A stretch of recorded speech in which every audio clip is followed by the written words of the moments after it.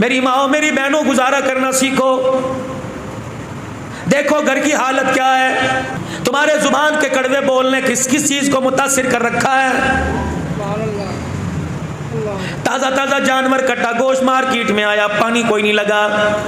شیخ صاحب چلے گئے, انصاری صاحب چلے گئے, کمبو صاحب چلے گئے, میرے عزیزو اپنی قوم والے چلے گئے اور جا کے کہا یہاں سے گوشت کاٹ کے دے. حاجی صاحب کہاں کا لوگے, گردن کا, کمر کا لوگے, اٹھ کا لوگے. اپنی مرضی سے گوشت لے کے آیا, تازہ تازہ سبزی اپنی مرضی سے لے کے آیا, گھی ڈالنے میرے عزیزو, مسالے اپنی مرضی سے لے کے آیا. بیوی سے کہا ایسا بنائیو, اللہ اکبر, جوانی کی یاد تازہ ہو جائے, ایسا بنائیو کہ انگلیاں چاٹتا چاٹتا رہ جاؤ. بیوی نے بھی بڑی آؤ بھگت کے ساتھ کھانا بنایا, سالن تیار ہو گیا. گھر والا ٹائم پہ روٹی کھانے کے لیے آیا, آگے سالن روٹی پڑی, ہاتھ بھی دھوئے تھے, بسم اللہ بھی پڑی تھی, وعلی برکت اللہ بھی کہا تھا. روٹی کا ٹکڑا توڑا, سالن میں ڈبویا اور پہلا لقمہ منہ میں لیا, ماتھے پہ بل آ گئے, چہرے کا رنگ بدل گیا. بیوی کہنے لگی اللہ خیر کرے. کہنے لگی کیا بات, ہنڈی کنڈی دیکھ کے نہیں بنائی تھی, ہنڈی کے اوپر کھڑے ہو کے تو نے ہنڈی نہیں بھونی تھی, جب ہنڈیاں بھون رہی تھی پک رہی تھی, کہاں چلی گئی تھی. کہنے لگی ہاں ہاں, ہنڈیاں پکاتے پکاتے محلے والی آئی تھی, جھانک کے کہنے لگی کیا پکا رہی ہے, لگتا ہے اس کی نظر لگ گئی.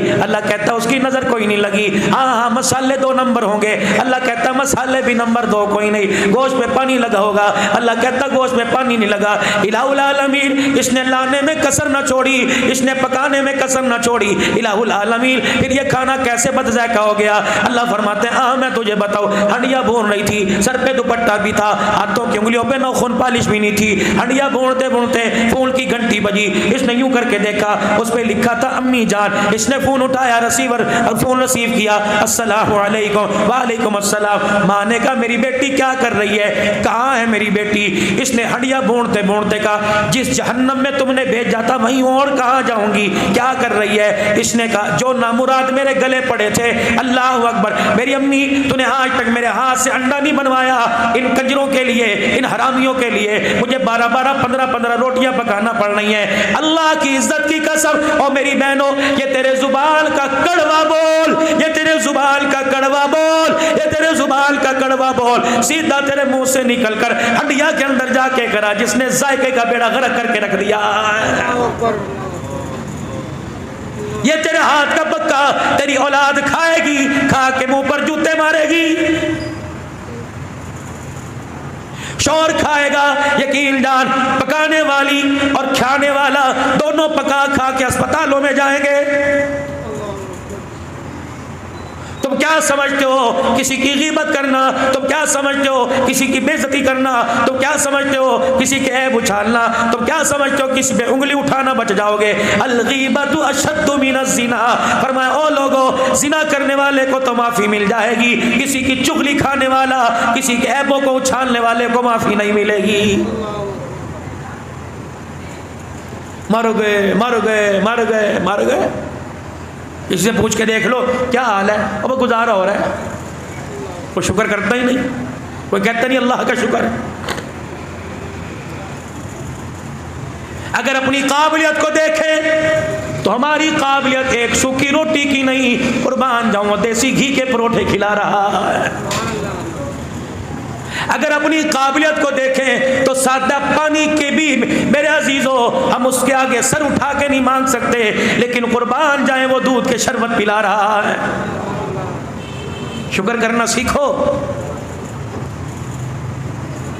بیوی دعا کر رہی ہے, شوہر آمین کہہ رہے ہیں. بیوی کہہ رہی ہے چل اب روٹی لے کے جا. روٹی لے کے جاتا جاتا کمرے میں گھستا گھستا رک گیا. اب کیا ہوا کہ عرب کا دستور ہے, مہمان نوازی کی ایک عادت ہے, جب کوئی مہمان روٹی کھانے بیٹھے ہے اس کے ساتھ میزبان بھی بیٹھتا ہے. روٹی ایک, وہ بھی اتنی سی چپاتی, اس کا پیٹ نہیں بھرے گا. اگر 2-4 ٹکڑے میں نے منہ میں لے لیے تو میرا پیٹ بھی نہیں بھرے گا, اس کا نہیں بھرے گا.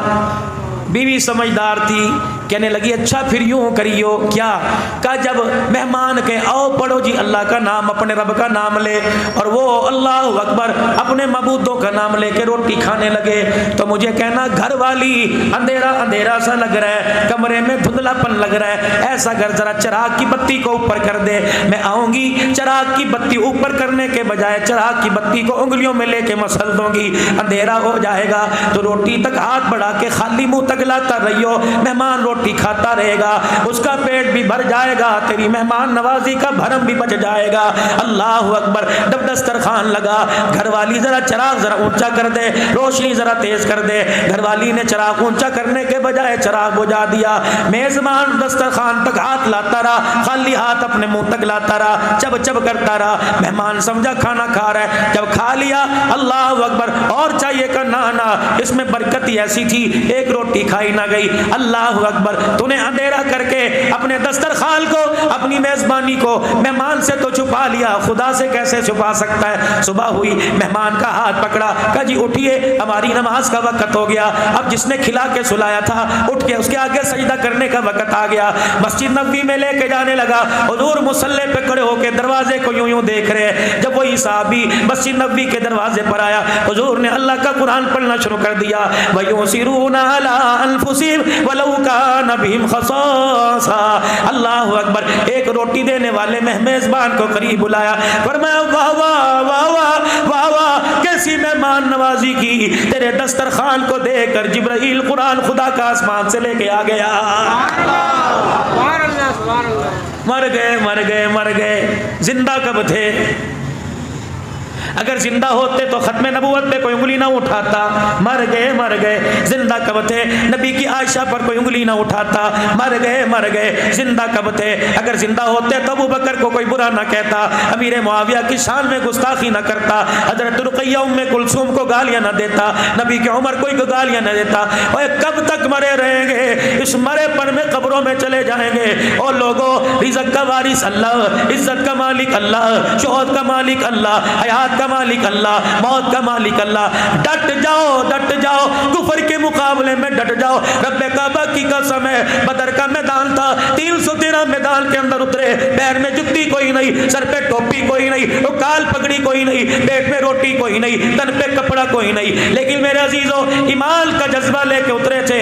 ان کے ایمان کی طاقت کو دیکھ کر جبرائیل بھی اپنا لشکر لے کے ان کے ساتھ آ کے کھڑا ہو گیا تھا. شکر کیجیے اللہ کا ادا, ہر حال میں اللہ کا شکر. تین باتوں کا خیال رکھ لو, ہمیشہ ہمیشہ کامیاب رہو گے. پہلی بات یہ, کبھی بھی اپنے دسترخوان پر, کبھی بھی اپنے دسترخوان پر میرے عزیزو, اللہ اکبر, کبھی بھی میرے عزیزو اپنے دسترخوان پر حرام کا لقمہ لے کے نہ آنا. بچوں نے آم مانگے, کہتے بیٹے گنجائش کوئی نہیں. بچوں نے فروٹ مانگا, کہتے بیٹے گنجائش کوئی نہیں. ان کی فرمائش بے شک 15 دن میں پوری کر, ان کی فرمائش بے شک 10 دن کے اندر پوری کر. خبردار اپنے بچوں کے لیے حرام نہ لے کے آئیو. اگر تیرے دسترخوان پر, میری بہن, میری ماں, میری رانی, اگر تیرے دسترخوان پر حرام کا لقمہ آ گیا تو رب محمد کی قسم ہے تیرے آنے والی 3 نسلوں کا بیڑا غرق کر کے رکھ دے گا. بچوں کو پیچھے لگا دیا. ابو گھر آوے تو کیا کہنا ہے, ہم نبدار سے برف لے کے آتے ہیں, ہم نہیں کولر کا پانی پیتے, ہمیں فریج لا کے دے, جہاں مرضی سے لا کے دے.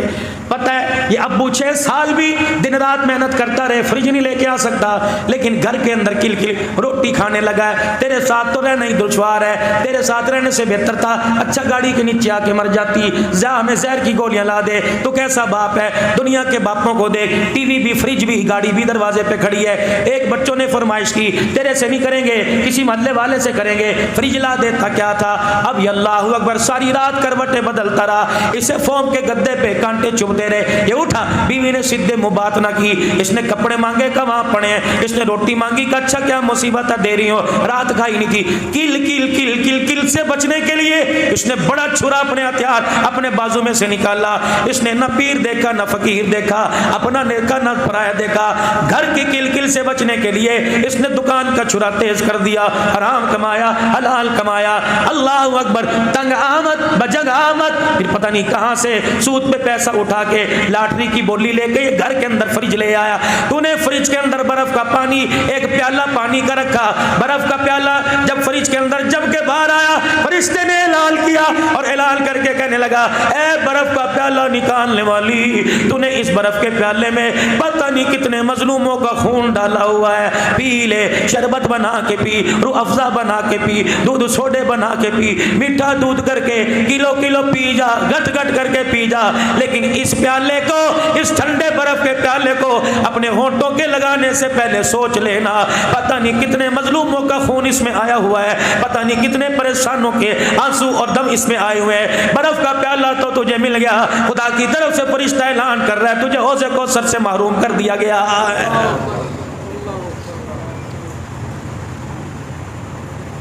ہمیں نہیں پتا گھر کے قالین اور پردے اس سے پہلے لگیں گے، جہاں مرضی سے لگا،